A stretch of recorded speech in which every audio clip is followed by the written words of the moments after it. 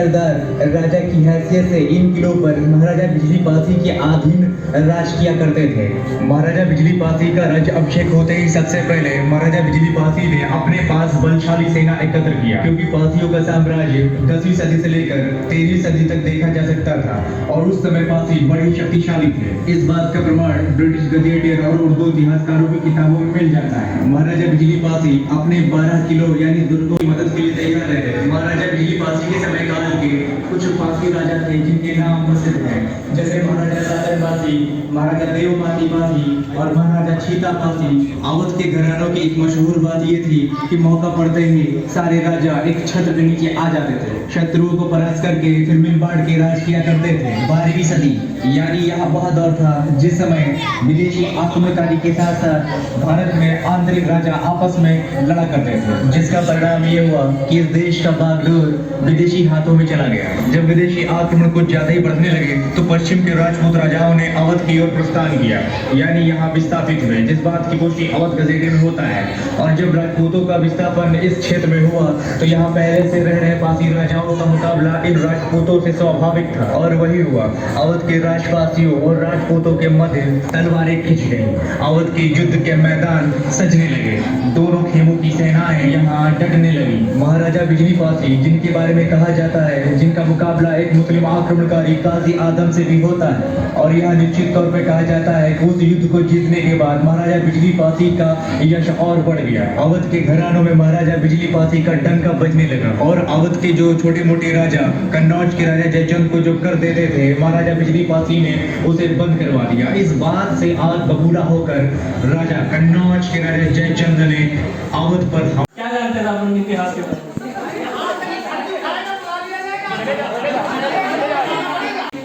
अच्छा, कितने राजा महाराजों के नाम बता सकते हैं जिनका नाम आप जानते हो?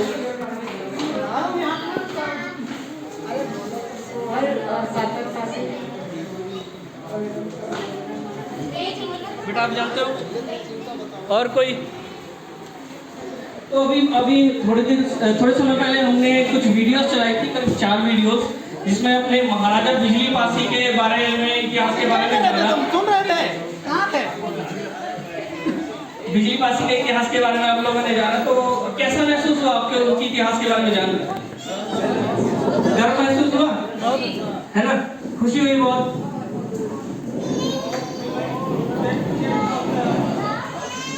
हाँ, अब सुनील भाई आगे।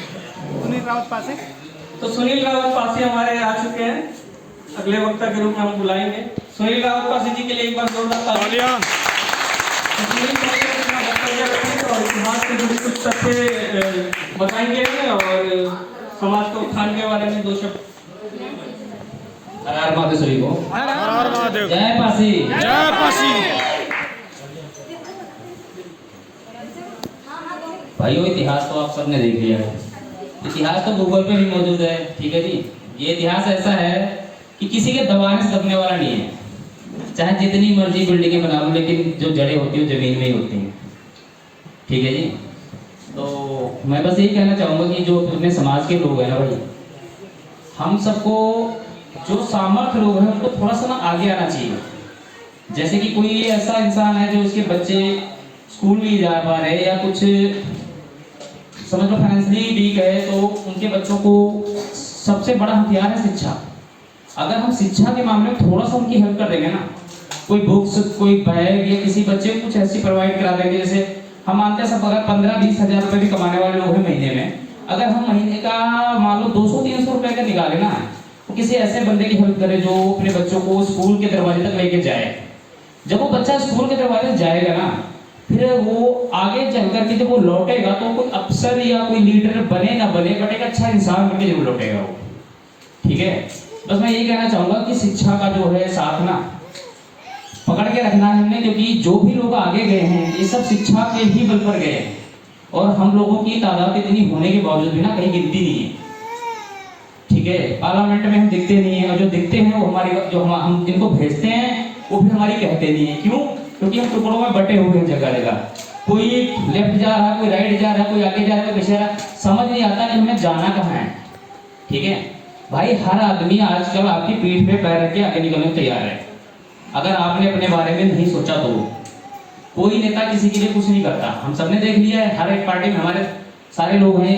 ये तो नहीं है कि किसी एक ही पार्टी में रहे और उसके पीछे हमने अपना जीवन बर्बाद कर लिया। हर पार्टी के लोगों को देख लिया, चाहे बीजेपी उठा लो, सपा उठा लो, बसपा उठा लो, कांग्रेस उठा लो, कोई भी उठा लो, और हम सबने उस चीज को देखा और हमारे सामने जो कुछ हुआ, क्या कोई अपने लिए लड़ने आया? नहीं आया भाई। आज सूरज पासी भाई, हमारे योगेश पासी भाई लखनऊ से, ठीक है, और नीरज पासी भाई, प्रहलाद पासी भाई पंजाब से हैं। आज हमने कम से कम उम्मीद की थी कम से कम 200 से 250 लोग आएंगे, और हमने कोई किसी के लिए ऐसा कोई भी और कमिटमेंट नहीं की थी कि आपने आज कुछ करके आना है। हमने कहा था सिर्फ आपका सहयोग है, आप आ जाओ, बस बहुत है हमारे लिए उतना। लेकिन मैं देख रहा हूँ यहाँ पे 100 से ऊपर लोग नहीं आए। ठीक है, मैं मानता हूँ सबके काम होते हैं जरूरी, ठीक है भाई, नहीं आए कोई बात नहीं, लेकिन जिस दिन बात अपने समाज की ना भाई, उस दिन सारे खड़े हो जाएगा लो यार। आप किसी भी पार्टी हो, वो किसी कोई भी विचारधारा रखते हो, वो एक अलग चीज है। जिस दिन अपने लोगों की बात है ना भाई, क्योंकि अगर हम अपनों के लिए नहीं खड़े होंगे ना, तो हमारे लिए भी कोई नहीं खड़ा होगा। अगर आपको अपनी बात रखनी नहीं आई, अपने लोगों को इकट्ठा करना नहीं आया, आज सन 2024 तो खत्म हो गया, 25 आने वाला है, लेकिन आज भी हम अपने इसलिए लड़ रहे हैं कि हमारा इतने राजा हुए, इतने किले हुए, हमारे को इतना सब कुछ, इतना बड़ा इतिहास है। आज हम अपना इतिहास खोज करके, और हम उस पर जो बोलते हैं, दावा करते हैं कि हमारा है, तो लोग, हमारे बीच के लोग, हमारे साथ के लोग उसको झुठलाने के लिए खड़े हो जाते हैं। क्यों? क्योंकि पार्टी अलग है। तो ठीक है भाई, तुमने जो बोया वो काटोगे, लेकिन अब जो हम लोग इकट्ठा हो रहे हैं ना, बेशक हर बंदे का अलग अलग काम है, लेकिन हमने किसी के बहकावे में नहीं आना है। अब हमने ये देखना है कि हमारे समाज का हित कहाँ पे है। अगर एक कमा के निकल गया, बाकी 90 डूब गए, 99 डूब गए, तो कोई फायदा नहीं उसका यार। ठीक है, अगर हम 99 को साथ में लेके चलेंगे तो हम 99, अगर उसमें एक मिला देंगे तो 100 डग आगे चलेंगे। अगर एक आदमी छलांग मार के आगे निकल गया, उसको कोई फायदा नहीं है। बस मैं यही कहना चाहता हूँ आप लोगों से, ज्यादा मैं आपको वक्त नहीं दूंगा, बहुत सारे सीनियर भाई ने जैसे कि अपने वक्तव्य में इतनी अच्छी बातें कही कि पासियों को किस प्रकार एकत्रित रहना है, जैसे कि हमारे राजा महाराजा भी रहे, जैसे कि आपने वीडियो में देखा, विपत्ति महाराजा बिजली पासी पे थी, लेकिन उनके साथ महाराजा सातन पासी, महाराजा देवमाती पासी, महाराजा चीता पासी एकत्रित होकर लड़े, तभी वो युद्ध जीते। अब यदि आप सोचिए, अगर वो अकेले युद्ध लड़ते, क्या जीत पाते? नहीं जीत पाते। तो ये समाज की एकता हमें बना के रखनी है, और जिस प्रकार आप यहाँ पर आए हैं और आगे भी प्रोग्राम होंगे तो और ज्यादा संख्या में हम चाहेंगे कि और ज्यादा लोग इकट्ठे हुए। तो भाई की बात को और आगे बढ़ाते हुए एक शायरी कहूँगा कि उठो पासियों जंग लड़नी है, कि उठो पासियों जंग लड़नी है, वापिस पाना वो सम्मान है जिसकी खातिर सुहेल देव, कि जिसकी खातिर सुहेल देव व लाखन बिजली ने दिया प्राणों का बलिदान है। तो इतिहास में लड़ाइयाँ लड़ी गई हैं, जर जोरू जमीन के लिए, है ना, इतिहास में कर के लिए, लेकिन आज की लड़ाई हम पासियों किस चीज के लिए लड़नी है? कोई बताएगा किस चीज के लिए आज हम किस चीज की लड़ाई लड़नी है? सम्मान के लिए। बिल्कुल, सम्मान के लिए। किस प्रकार का सम्मान? सर, जिसका कोई सम्मान नहीं, उसकी कोई जगह नहीं है दुनिया में। बिल्कुल सही। आज हमें जो लड़ाई लड़नी है सम्मान के लिए। पासी एक मार्शल कौम जिसका इतिहास के पन्नों में इतना वर्चस्व रहा है, राजा महाराजा रहे हैं, आज क्या कौम बन के रह गई है, दर बदर की ठोकरें खा रही हैं। हम बच्चे देख रहे हैं 8वीं 10वीं से ऊपर कोई बच्चा पढ़ाता ही नहीं। क्यों नहीं पढ़ाते लोग? सरकारी स्कूल में एडमिशन फ्री है, फीस कुछ नहीं है, किताबें फ्री मिलती हैं, वर्दी फ्री है, वजीफा ऊपर से देती है सरकार, फिर भी क्यों हम पीछे हैं? क्यों नहीं पढ़ा रहे थे अपने बच्चों को? बस थोड़ी मेहनत करनी है। तो मेहनत करनी है, पर कर क्यों नहीं रहे मेहनत? मेहनत इसलिए नहीं हो रही है क्योंकि आज लोग जो है ना, कुछ राजनीतिक संगठनों, राजनीतिक पार्टियों और कुछ इस तरह की विचारधारा के में लोग लिप्त हो गए हैं ना, कि आपको दलित शूद्र बना के रख दिया है। तो हमें इस प्रकार की दलित शूद्र वाली मानसिकता से निकलना है। जो भी पार्टी आपको दलित शूद्र अछूत ये किसी भी प्रकार से आपको इस तरह से संबोधित करती है, उसके कार्यक्रम में आप जाओ ना, सीधा बहिष्कार करो। बिल्कुल। अगर आप उनका समर्थन कर रहे हो तो आप उसका समर्थन करके नुकसान किसका कर रहे हो? उनको तो वोट मिल जाएंगे, अपना राज्य सत्ता दोबारा चलाएंगे, आपको क्या मिलेगा उससे? कुछ मिलेगा? वही दलित शूद्र वाली राजनीति मिलेगी। तो जितनी भी राजनीतिक पार्टी हो दलित शूद्र आपको बना रही है, उनका बहिष्कार करो खुल के। उनको खुल के कहो हम पासी हैं, अनुसूचित जाति में है, SC कैटेगरी में है, हम कोई दलित शूद्र नहीं है। और SC कैटेगरी में भी पासी क्यों है, किसी को पता है? बिल्कुल प्रहलाद भाई आइए। प्रहलाद भाई आगे।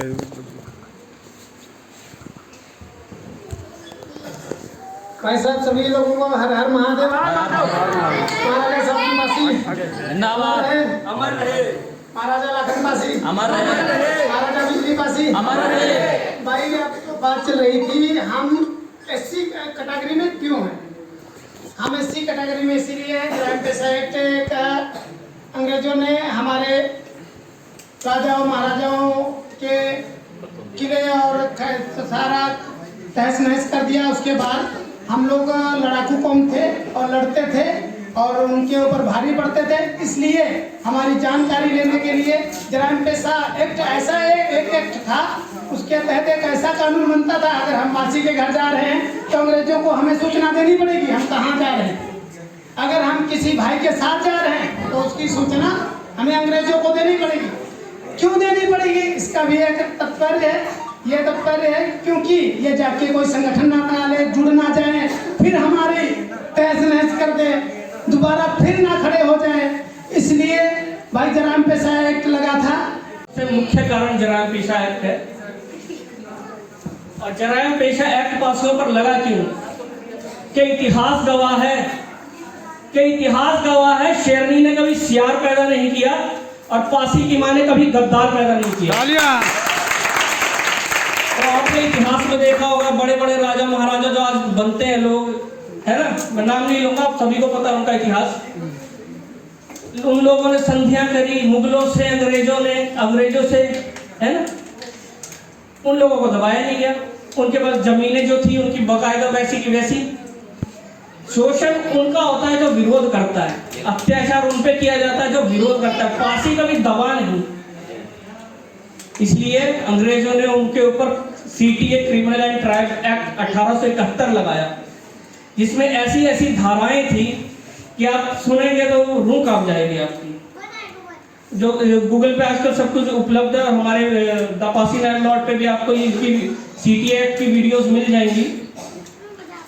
इसमें ऐसी धाराएं थी कि यदि आप अंग्रेजों का, जिन्होंने भी विरोध किया, सिर्फ पासी जाति नहीं 400 प्लस जातियां थी जो क्रिमिनल एंड ट्राइब के अंदर आती थी, जराइम पेशा एक्ट के अंदर आती थी। तो इसमें क्या होता था कि जितने भी इस एक्ट के अंडर लिप्त है जातियां, वो कि अपने पास कोई जमीन नहीं रख सकती। और अगर आपका 4 साल से ऊपर का कोई भी बालक बच्चा है, लड़का लड़की कोई भी, पासी समाज ने अपना कभी धर्म छोड़ा नहीं। अपनी धर्म की रक्षा के लिए उसने अपना कर्म बिगाड़ लिया। जैसे कि सुअर पालन आपने सुना होगा, है ना, ताड़ी का काम। तो जब जराइम पेशा एक्ट लग गया, ना तो आप किसी सेना में भर्ती हो सकते हो, ना किसी के यहाँ काम कर सकते हो, ना अपना कोई व्यापार कर सकते हो। तो पासी समाज के जितने भी लोग थे उस समय के जंगलों में रहने लगे।